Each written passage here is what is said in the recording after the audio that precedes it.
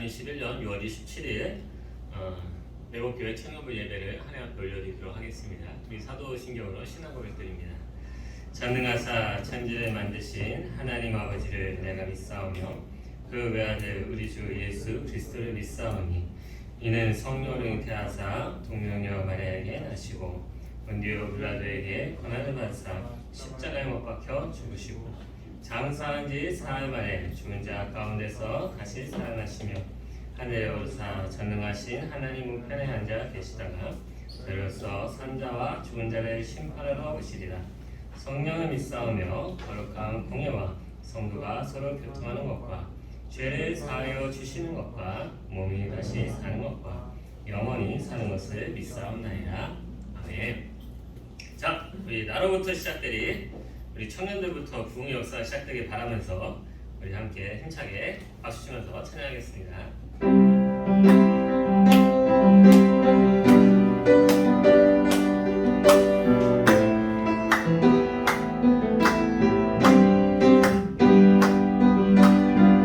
저 높은 하늘 위로 맑은 태양 떠오르듯이 난 즐거워하지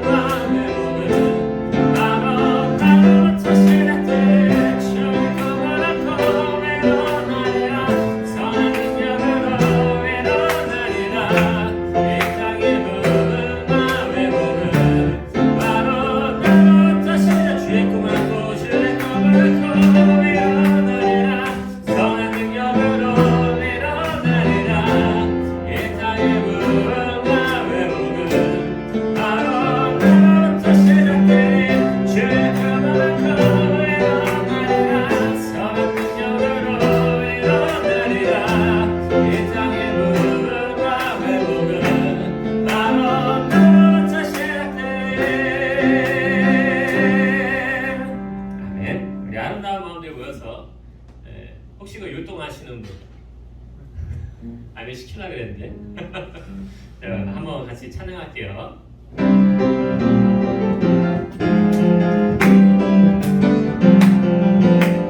아름다운 마음들이 모여서 주의 은혜 나누며 예수님을 따라 사랑해야지 우리 서로 사랑해 하나님이 가르쳐준 한 가지 내가 설레는 같이 미운 같은 시기를 두버리고 우리 서로 사랑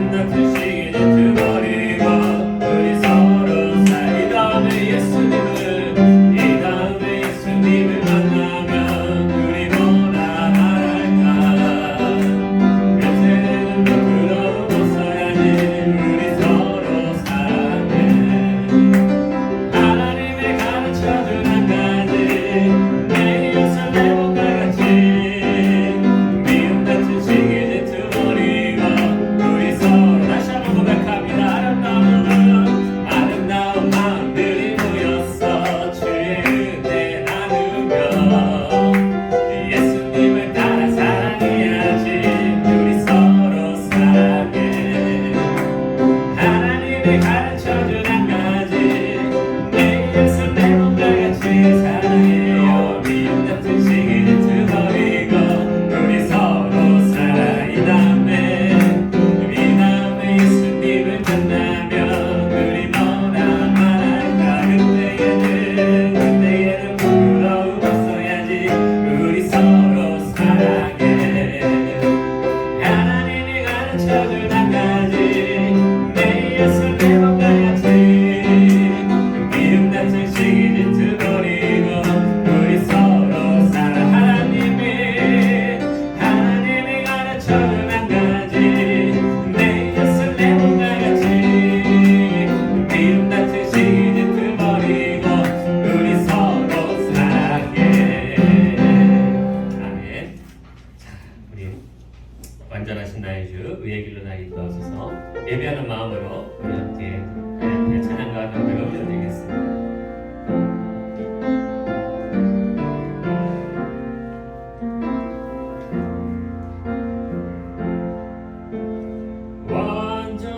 완전하신 나의 주 의의 길로 나를 인도하소서. 내가 실 모든 일 주님의 영광 다 경배합니다. 완전하신 나의 주 완전하신 나의 주 의의 길로 나를 인도하소서. 내가 실 모든 일 주님의 영광 다 경배합니다. 예배합니다. 찬양합니다. 주님만 날 다스리소서.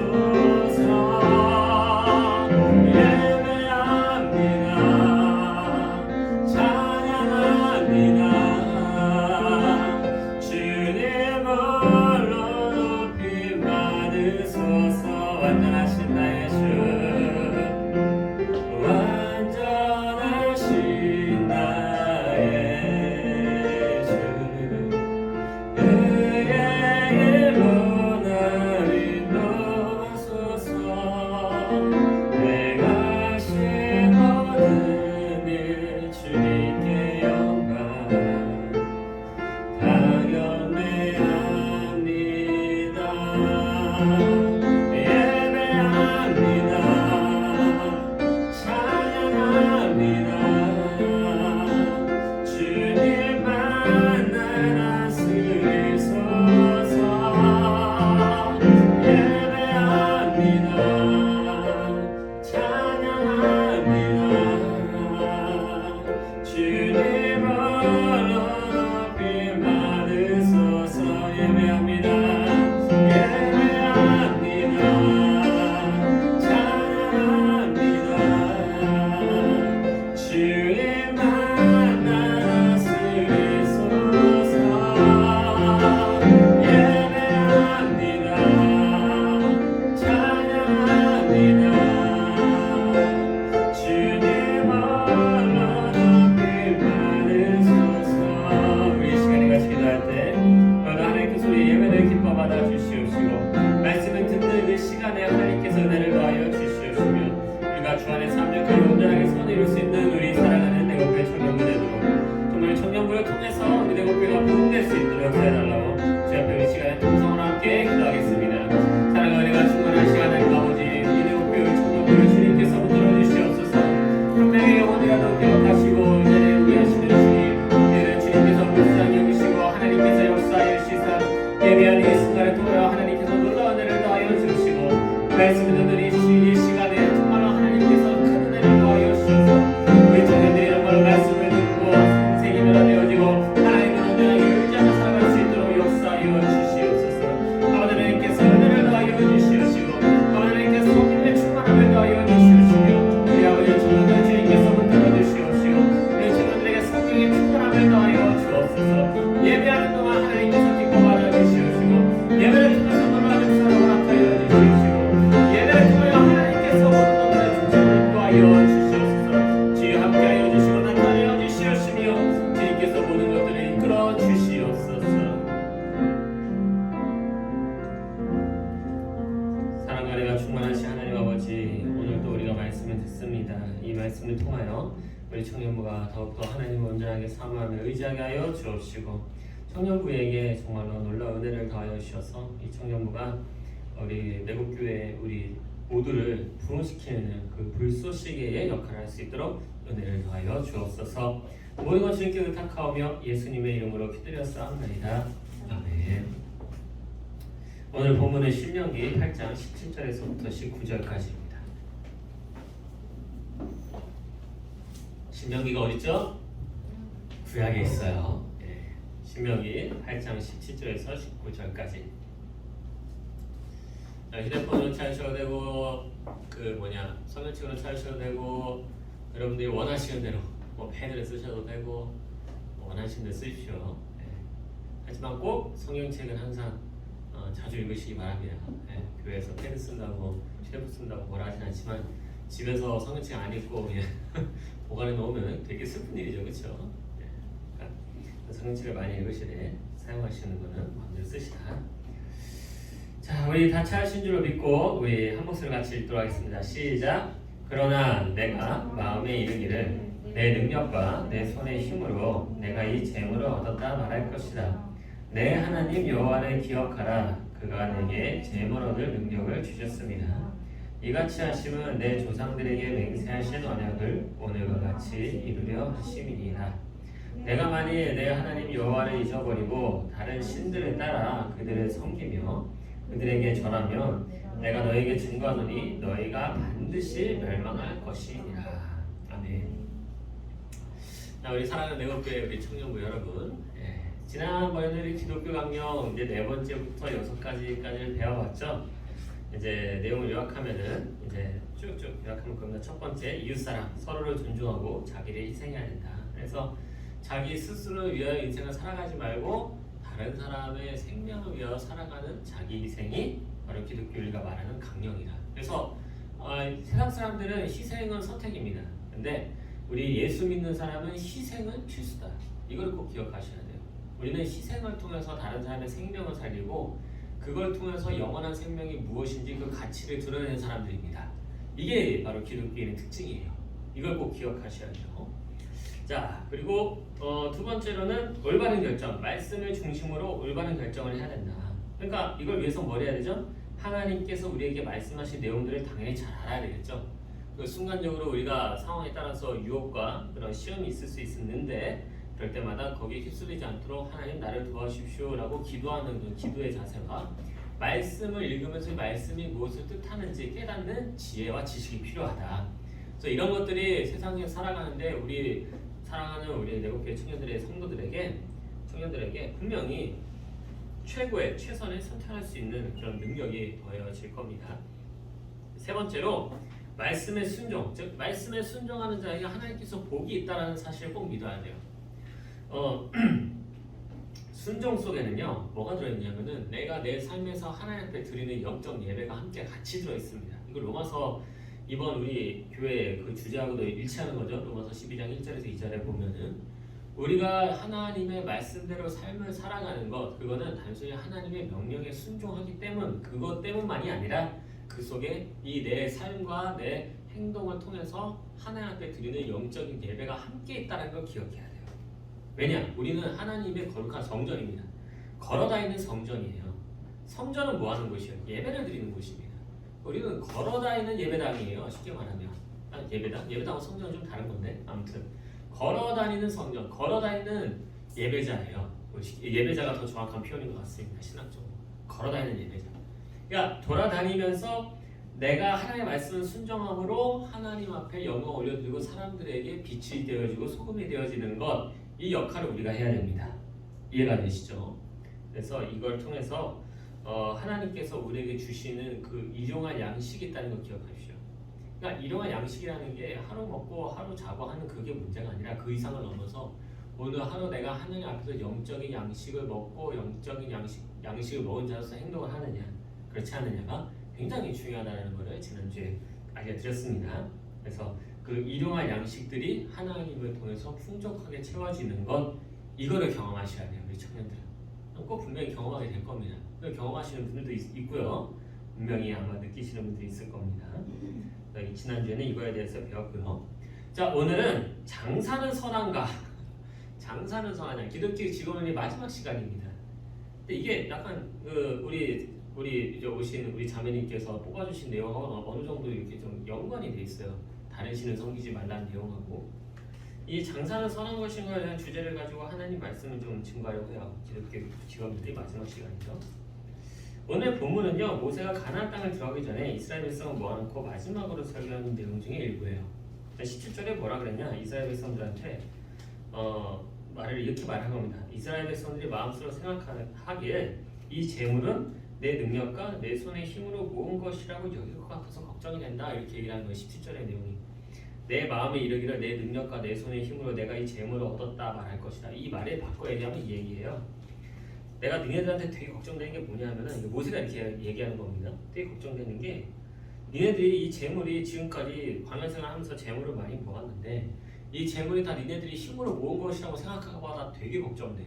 그러니까 모세는 그럴 걱정을 할 만해요. 왜냐하면 맨날 이스라엘 백성들이 하도 반란 일으키지 뭐 애굽으로 돌아갔다 그러지 맨날 뭐 툭하면 모세 욕하고 하나님 원망하고 이러니까 하도 배반과 배신을 많이 당해가지고 모세가 또 걱정이 되는 거예요. 야, 니네들도 또 그럴까봐 내가 걱정돼. 그 얘기예요 이게 지금. 그래서 18절에 이럽니다. 내 하나님 여호와를 기억하라. 그가 내게 재물 얻을 능력을 주셨습니다. 이같이 하시고 내 조상들에게 맹세하신 언약을 오늘같이 이루려 하십니다. 그러니까 쉽게 말해서 이런 얘기입니다. 너희들 꼭 기억해라. 하나님께서 이스라엘 백성들로 하여금 광야를 떠돌아다녔던 이 세월 속에서도 이렇게 너희들이 재산을 모으도록 하나님께서 힘을 줬다.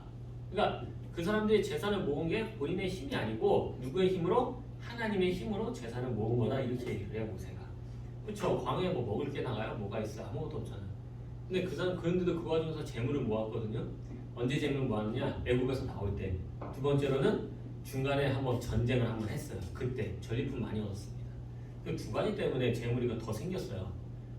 오히려 그래서 가나안에 들어가기 전에 다른 부자가 돼서 들어가는 굉장히 희한한 일이 있었습니다. 그래서 이게 다 뭐냐? 하나님이 힘을 주신 거다. 그럼 왜 그렇게 했느냐? 하나님께서 당신들의 조상에게 너희들의 조상에게 맹세하신 그 언약을 내가 이루기 위해서 이렇게 하나님이 하셨다. 19절에서 이렇게 얘기를 합니다. 내가 만일 내 하나님 여호와를 잊어버리고 다른 신들을 따라 그들을 섬기며 그들에게 절하면 내가 너에게 증거하니 너희가 반드시 멸망당할 거다.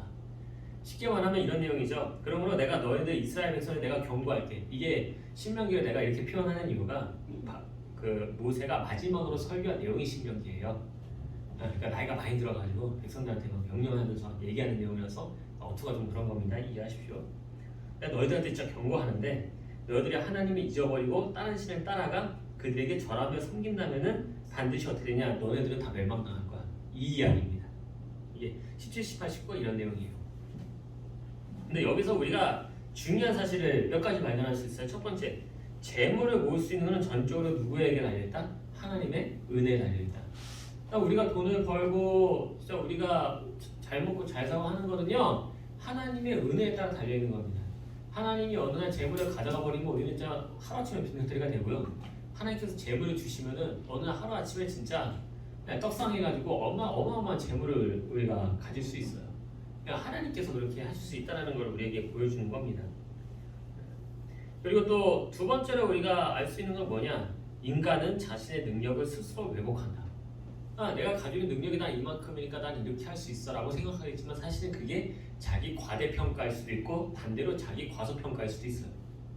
그러니까 인간은 항상 자기 능력을 객관적으로 보지 못합니다.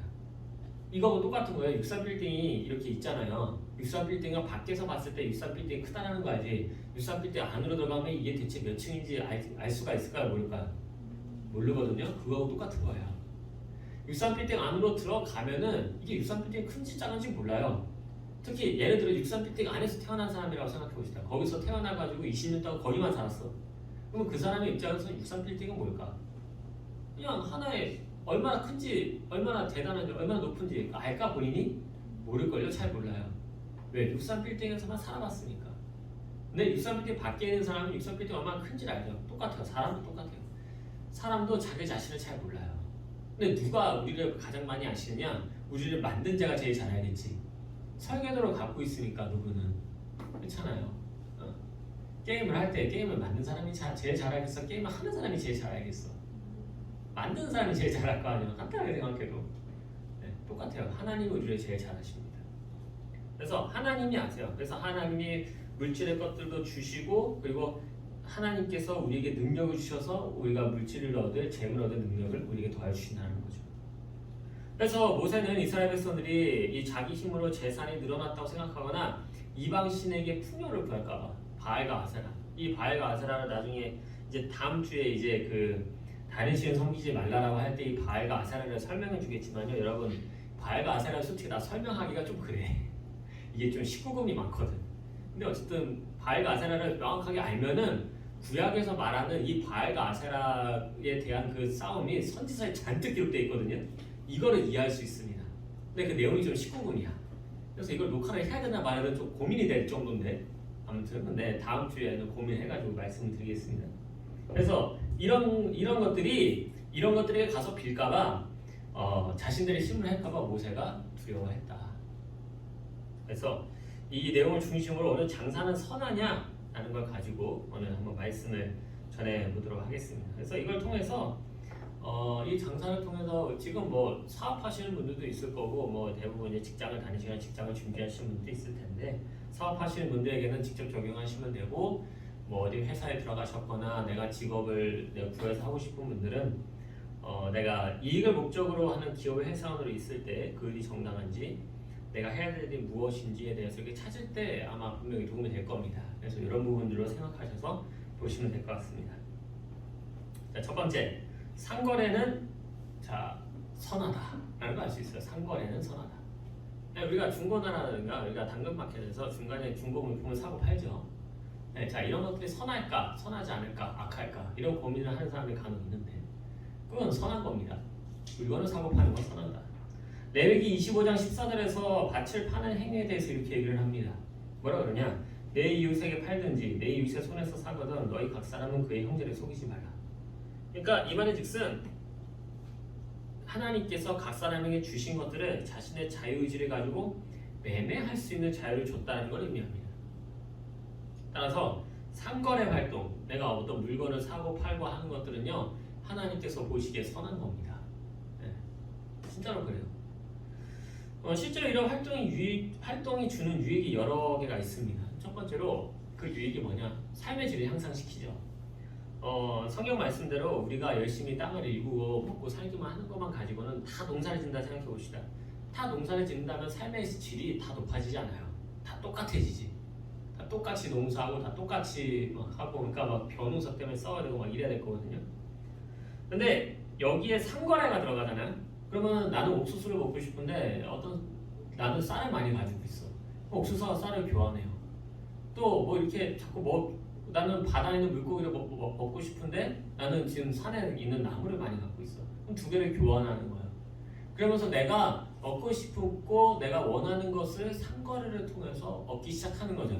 자 그러다 보면 그게 이제 처음에는 이제 물물 교환이었다가 뭐 경제를 좀 배우시면 아시겠지만 지폐가 나오고 화폐가 나오고 경제가 생기고 그렇죠. 그러면서 이제 더 높은 그런 것들을 우리가 거래를 하게 되죠.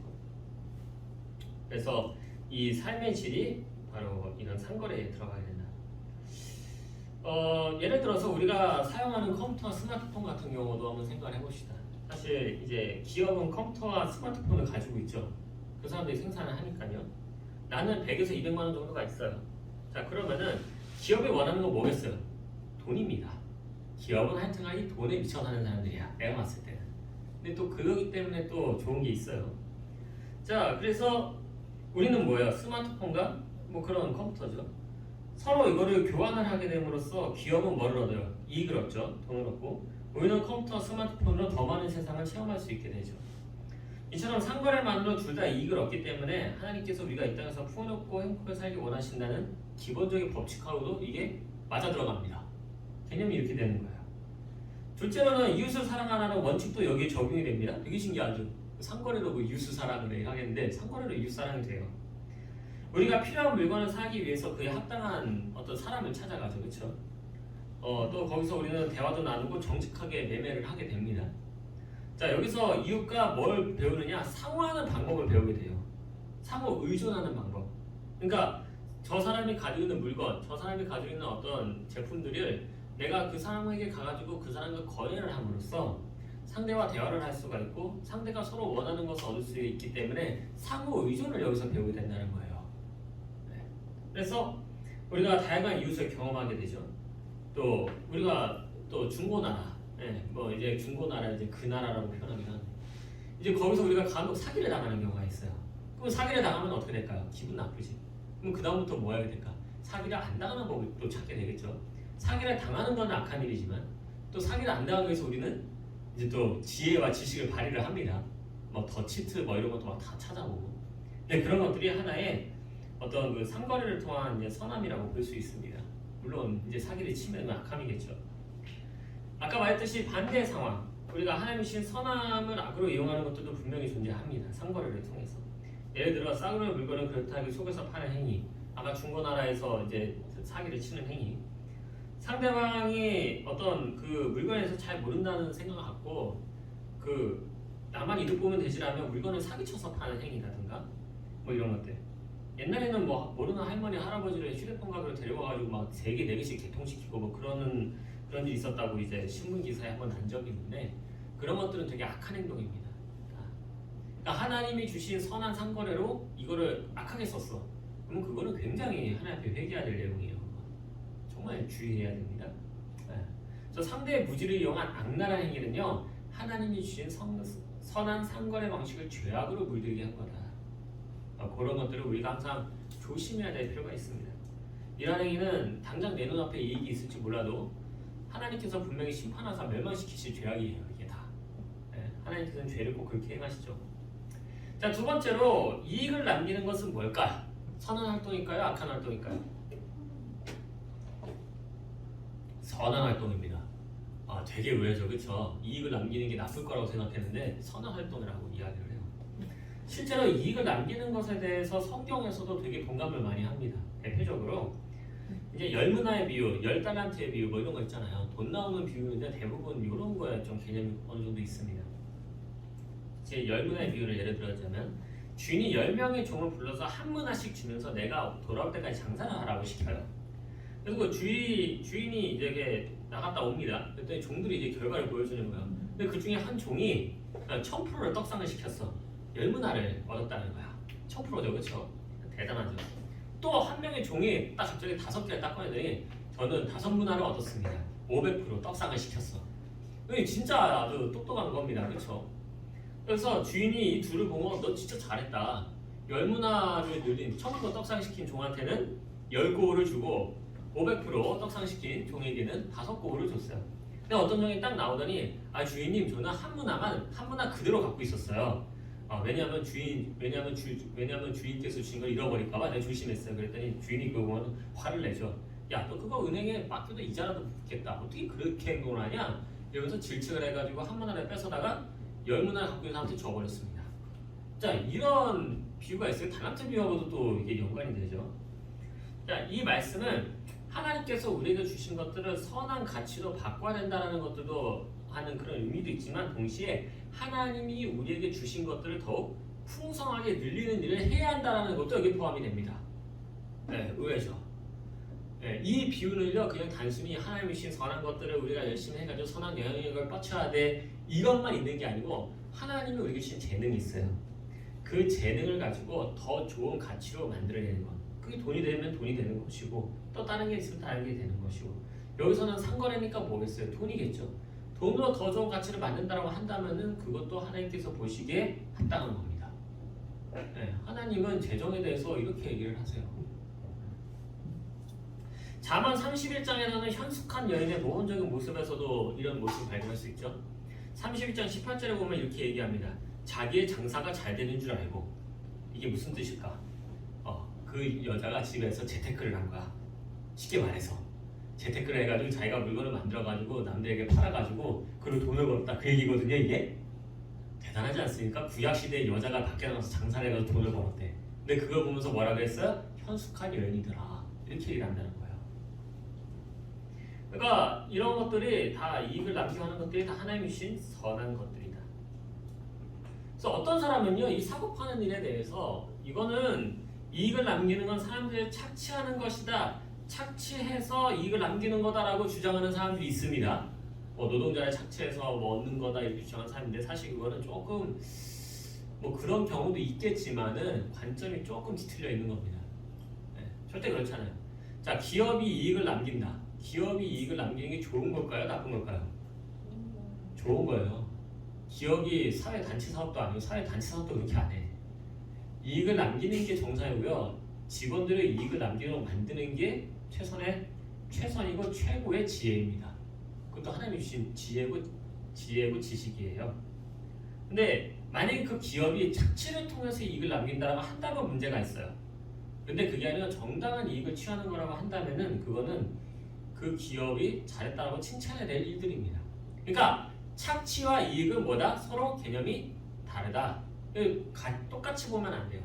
성경도 그렇게 말을 하거든요. 착취와 이익은 달라요. 어떤 사람은 이제 예를 들어서 2,000원의 재료로 내가 4,000원의 음식을 팔았다고 생각해 봅시다. 자, 여기서 나온 2,000원의 이익은 뭘까요? 그냥 나오는 걸까요? 아니죠. 그 요리사가 음식을 연구하고 만든 것에 대한 이해, 기술, 노동, 시간뿐만 아니라 이거를 다른 사람이 살지 안 살지에 대해서 모르는 상황에서 그 음식을 팔았다는 위험 부담까지 다 떠안자서 4,000원이라고 하는 2,000원짜리를 4,000원이라고 하는 그 값을 만들어서 팔았다라고 해요.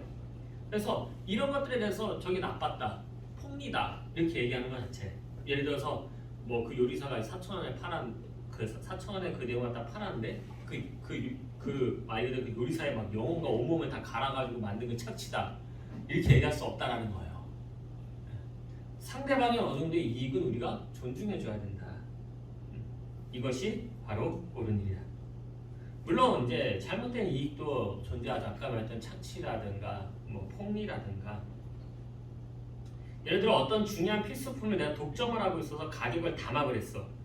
그걸 통해서 이익을 취하고 있다? 그러면 그것이 뭐냐? 죄악이 될 수 있다는 거예요. 의외죠. 성경에서는 그렇게 얘기를 합니다. 네, 단합된 가격을 가지고 폭리를 취하는 것에 대해서 디스를 걸어요. 여기 잠언서에 나오는데 지금 정확하게 기억이 안 나요. 제가 지금. 네. 그런 것에 대해서 성경은 악이라고 규정을 합니다. 그런 의미에서 우유가 담합된 가격이라고 생각하는 거 보면 그것도 악이라는 생각이 들긴 한데 아무튼 그래서 그리스도인이라면은 이익을 남길 때 뭐가 돼야 되느냐? 윈윈 구조가 돼야 된다. 그러니까 나도 이익을 남기고 상대방도 그것을 보고 그래 그 가격에 내가 정당하게 내가 살 수 있어. 그게 돼야 돼요. 그래서 저는 우리 청년들이 경제학을 공부하는 것에 대해서 저는 찬성하고 선호하는 편입니다. 열심히 공부해야 해야 돼요.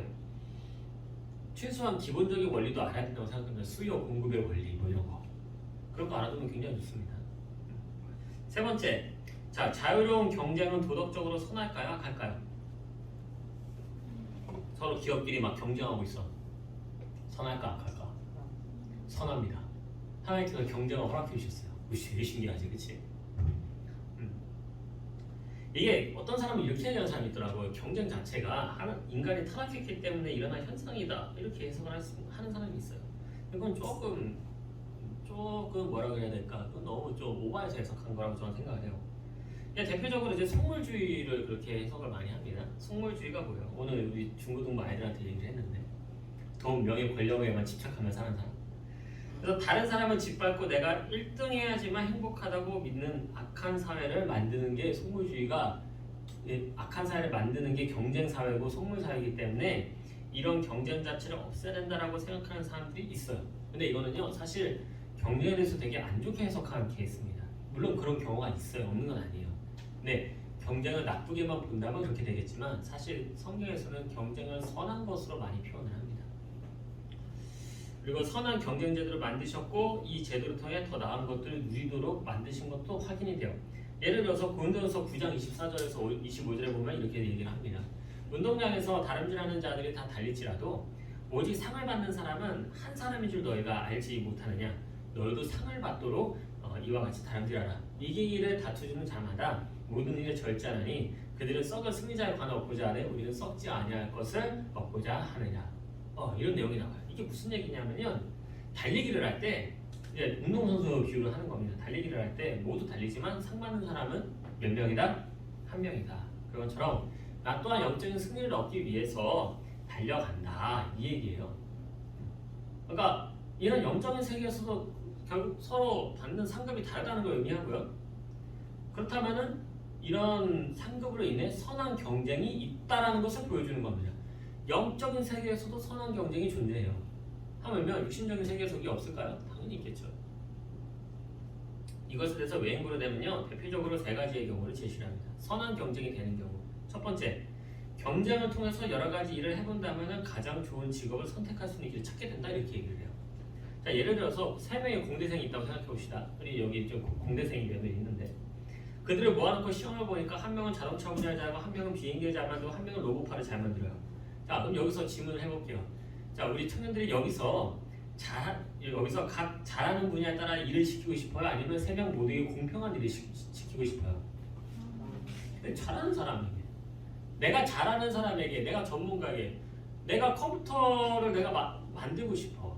컴퓨터 조립을, 좋은 컴퓨터를 내가 조립하고 싶어. 그러면은 컴퓨터를 잘하는 사람한테 가야 돼? 못하는 사람한테 가야 돼? 내가 컴퓨터를 잘하는 사람한테 가겠다는 것부터가 벌써 경쟁을 일으킨 거예요, 그게. 왜냐면 못하는 사람을 내가 배제시켰잖아. 그렇죠? 거꾸로 뒤집으면은 못하는 사람은 배제시킨 거잖아요. 이미 우리는 경쟁이라는 수단을 통해서 전문가가 누구인지를 가리고 각 분야에 따라 일을 시켜야지만 가장 효율적이다라는 거 우리는 다 알고 있어요. 이거부터가 이미 우리는 주변에서 이건 경쟁을 하게끔 좀 만든 거야. 이거부터가. 그래서 이게 선한 경쟁이 있을 때 뭐가 생기느냐? 일자리가 생겨요. 자, 어떤 사람은 로봇을 만들고 어떤 사람은 로봇을 하고 어떤 사람은 자동차를 잘 만들고 어떤 사람은 비행기를 잘 만들어. 근데 자동차를 잘 만드는 상태 3명을 갖다가 다 집어넣어놨어. 그러면 한 명은 잘할지 나머지 2명은 어떻게 돼? 비효율적이겠지. 그러면 잘하는 한 사람한테만 시켰어. 그럼 그 사람이 더 잘해. 2명 말 안 들으면요 되게 힘들거든요. 마치 조별과제처럼 돼버려. 조별과제를 제일 싫어하는데 아무튼 조별과제처럼 돼버린다니까 일이. 어떻게 됐어? 서로 싸우는 거야. 그렇게 되면 안 되겠죠. 자, 그래서 이러한 통해서 일자리를 만들고 배분하는데 가이드 역할을 만들죠. 선한 경쟁은.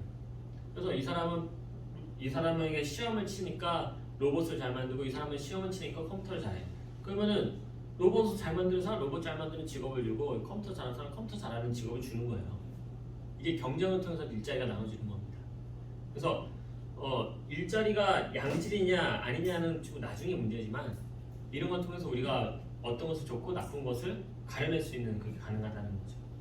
두 번째로 더 좋은 품질의 물건은 더 낮은 가격으로 공급하도록 노력하게 된다는 거죠. 예를 들어서 A라는 기업이 준수한 성능의 컴퓨터를 100만 원에 판다고 생각해 봅시다. 근데 B라는 기업이 훨씬 더 좋은 성능의 컴퓨터를 100만 원에 팔고 있어요. 자, 여러분들이라면은 어떤 걸 선택하겠어요? B를 선택하겠죠. 누가 봐도 더 좋은 거를 똑같은 가격에 사고 싶지 더 나쁜 거를 똑같은 가격에 사고 싶겠어요?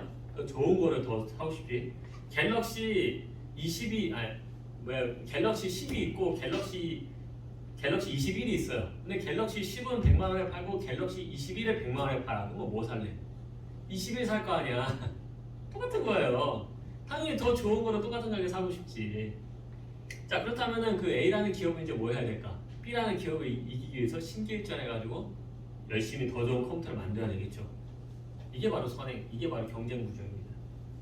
이런 식으로 지금까지 계속 문명은 발달해왔고 기술은 발달해왔고 이를 통해서 뭐가 돼요? 삶의 질이 높아지게 됐다는 거죠. 우리가 인터넷으로 같은 제품의 물건을 최대한 저렴하게 사려고 노력하는 것도 이런 경쟁을 만드는 불씨 중에 하나예요. 최저가, 핫딜, 혜택 이런 거 다 따져보고 물건을 우리가 구입하죠. 만약에 그렇다고 한다면 우리는 지금 더 좋은 품질의 물건을 더 낮은 가격에 공급하도록 우리가 지금 만드는 거예요. 지금 그게 경쟁을 불러일으키는 거라고. 이제 소비를 통해서 이런 모든 노력들이 다 뭡니까? 인간으로 하여금 이 땅을 선하게 다스리는 명령에 부합하기도 하다. 마지막 세 번째로 하나님을 영화롭게 할 기회를 제공해 줍니다. 아니 무슨 경쟁이 하나님을 영화롭게 해요? 뭐 이렇게 생각하겠지만요, 실제로 그렇습니다. 자, 예를 들어서 경쟁 체제가 있잖아요. 그러면 기업들은 더 적은 자원으로 더 좋은 제품을 만들기 위해서 굉장히 노력을 많이 하겠죠. 얘는 이제 실리콘 맞나요? 그 모래로 만드는 게 실리콘인가요? 맞죠? 네. 맞나? 아니요? 헷갈려요 지금. 그 왜 그 모래로 그 반도체 만드는 거 있잖아요. 그거 뭐라 그래? 미안해요. 갑자기 이게 없는 거로 내가 생각하려니까 갑자기 기억이 안 나. 단어가. 아니 여기 공대생이 몇 명 있는데 지금 기억을 못하면은 그래요. 공부를 다시 합시다. 자 그래서 그 모래가 옛날에는 이제 모래로 반도체를 이제 만들어요. 반도체 원료가 모래예요. 근데 지금은 그 반도체가 옛날에는 되게 많은 모래를 가지고 이제 적은 이제 많은 반도체를 만들었어요. 진짜. 왜냐하면은 용량이 안 돼가지고. 근데 지금은 나노 공정이라 그래가지고 더 작은 그 반도체를 만들 수 있는 기술이 생겼거든요. 그냥 옛날에는 계산기를 만들려면 컴퓨터 한 대가 있어야 돼. 근데 지금은 계산기 하나 만들려면 뭐가 필요해? 조그마한 칩 하나만 있으면 돼. 옛날하고 지금하고 사용하는 자원이 똑같은 거지만 사용하는 자원이 양이 다르죠. 네. 컴퓨터도 지금 옛날에는 컴퓨터 되게 좋은 거 있었으면 컴퓨터가 이만한 게 있었어야 돼. 근데 지금은 이만한 컴퓨터보다도 내 손에 들고 있는 이 조그마한 스마트폰이 훨씬 더 성능이 좋아요. 원료가 훨씬 더 적게 들어가는데 성능이 더 좋단 말이야. 이런 식으로 하나님께서 주신 자원을 자연스럽게 인간이 어떻게 된다? 아끼게 되더라. 그러니까 하나님이 원하시는 그 자원을 소중하게 생각하는 그 일들을 잘 감당할 수 있게 된다라는 거죠. 이런 것들을 우리가 이 땅을 선하게 다스리라는 명령에 우리가 부합하는 삶을 살게 된다는 걸 발견하게 됩니다. 반면 이제 경쟁을 잘못 쌓게 되면 수많은 죄를 짓게 만드는 원인이 되기도 해요. 뭐 경쟁을 위해서 다른 기업에 대해 안 좋은 소문을 퍼뜨리거나 상대를 해치거나 직원들로 하여금 자꾸 야근을 시킨다거나 그래서 가정을 소홀하게 만들고 월급을 제때 안 주고 심한 경쟁을 상대를 고통스럽게 만드는 일들 등을 한다면은 이거는 경쟁을 하느니만 못하는 결과를 만듭니다. 내가 음식을 너무 잘해가지고 내 음식이 너무 맛있어. 예를 들어서 음식이 너무 맛있어가지고 다른 음식점이 문을 닫았어. 이거는 선한 경쟁입니다. 그럼 그 음식점이 음식을 맛있게 잘 만들었어야 돼. 근데 그게 아니고 내가 주변에다 막 찌라시를 돌린 거야. 저기 가니까 바퀴벌레가 나왔대 이러면서 막 거짓말 하고 그런 식으로 내 음식점을 잘 되게 만들었다? 그거는 잘못된 겁니다. 무슨 말인지 이해가시죠? 선한 경쟁을 통해서 여러분들이 극강의 기술을 가지게 되는 것, 그거는 하나님께서 원하시는 일이다. 그래서 저는 우리 중고등부 친구들한테 아직 중고등부 설교를 지금 얼마 안 했지만 저는 우리 중고등부 아이들도 그렇고 여기 대학 다니는 분도 그렇고 저는 기왕에 학교 다니는 건 장학금 받으라고 저는 얘기합니다. 가서 4.0 무조건 넘어라. 왜냐? 하나님을 믿는 사람으로서 선하게 경쟁해서 내가 장학금을 얻겠다는데 왜 그거를 안 얻어? 그렇죠? 하라고 합니다. 저는 기왕이면 그렇게 하십시오. 기업에서도 기왕이면은 내가 1등 사원 되는 거고 진짜 한번 해보시는 거예요. 그런 것들이 정말 우리 청년들한테는 되게 귀한 경험이 될 겁니다. 이 외로도 연구할 게 되게 많아요. 뭐 광고는 도덕적으로 선하냐, 주식 계산은 윤리적으로 정당하냐, 기업이 사회에서 해야 될 책임은 뭐냐, 다국적 기업은 가난한 나라를 착취한 게 맞냐, 막 이런 것도 되게 많거든요. 근데 이런 수많은 내용들을 다 나누면은 우리 기독교율이 안 끝나요. 예, 기독교 직업윤리가 거의 1년치 설교입니다. 되게 많아요. 말할 것도 많고. 그래서 이런 것들에 대해서는 이제 좀 기업윤리에 가까운 내용도 많기 때문에 기독교 직업윤리는 맛보기로 여기까지만 딱 다루고 다음 주부터는 다현실은 섬기지 말라로 넘어가도록 하겠습니다. 자, 말씀을 맺겠습니다. 오늘 이제 사랑하는 애국교회 청년들 여러분, 장사는 선한 것이냐라는 주제를 가지고 말씀을 좀 나눠봤습니다. 그 결과 첫째, 상거래는 선한 것이다. 하나님께서는 상거래를 통해서 각자 원하는 것을 얻어 만족감을 누리게 하셨다. 그래서 이를 통해 이웃사랑을 실천하여 상호 존중하는 방법을 알게 하셨다는 것을 우리가 배웠고요. 두 번째, 이익을 남기는 것은 선한 활동이다. 그래서 예수님께서 장사의 예시에서 말씀하셨듯이 하나님은 우리에게 주신 자원을 더 좋은 것으로 만들고 불리는 것을 원하시더라. 이런 것들 우리가 좀 볼 필요가 있어요. 대신 부당한 이익을 취해서는 안 되겠죠. 항상 서로 윈윈할 수 있는 구조를 만들어야 됩니다. 세 번째로, 자유로운 경쟁은 도덕적으로 선하다. 그래서 우리는 경쟁을 통해 각 사람의 재능을 발견할 수가 있게 되는데요. 더 좋은 제품을 저렴하게 사기도 하며 적은 자원으로 더 높은 가치의 제품 만들기도 하죠. 이런 모든 행위는 하나님께서 우리로 하여금 땅을 정복하고 다스리는 사명을 잘할 수 있도록 만들어줍니다. 그러므로 선한 경쟁을 할 수 있도록 만드는 것이 우리 그리스도인의 사명이다라고 할 수 있겠죠. 그래서 기업끼리 서로 경쟁하고 장사하고 하는 것들을 악하게만 볼 수 없습니다. 악하게 쓰면은 악한 것이지 그 경쟁 자체, 장사하는 행위 이런 모든 것들은요, 그 행위는 뭐다? 선한 것이다. 그거를 절대 우리 그리스도인들은 악하게 쓰지 마라. 그 얘기입니다. 그래서 이번 기회를 통해서 여러분들이 가는 직장에서든가 아니면 사업체라든가 그런 곳에서 한번 고민해 보십시오. 내가 지금 여기서 정말로 잘하고 있나? 하나의 말씀대로 실천하고 있나? 그런 것들을 한번 고민해 볼 수 있는 시간이 되시길 바랍니다. 기도하겠습니다. 사랑과 은혜가 충만하신 하나님 아버지, 오늘 주님께서 우리에게 주신 기독교 직업윤리 마지막 시간을 가졌습니다. 하나님 아버지, 우리 청년들 중에서 사업하는 청년들, 또 직장에서 일하는 청년들, 대학을 다니는 청년들, 우리 모든 청년들에게 그곳에서 우리가 어떻게 일을 해야 되고 실천해야 되고 나아가야 되는지를 분명히 깨닫고 행동하며 알아가도록 역사하여 주옵소서.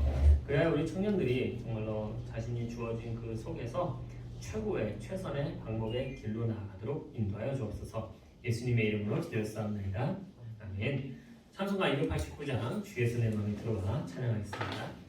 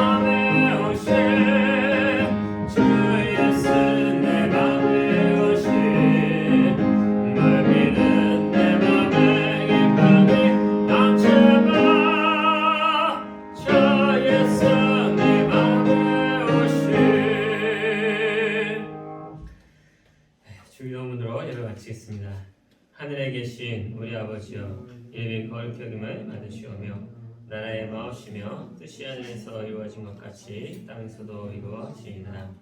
오늘날 우리에게 일용할 양식을 주옵시고 우리가 우리에게 죄진 자를 사하여 준 것 같이 우리의 죄를 사하여 주옵시고 우리를 시험에 들게 하지 마옵시고 다만 악에서 구하옵소서. 내게 나라와 권세와 영광이 아버지께 영원히 있사옵나이다. 아멘.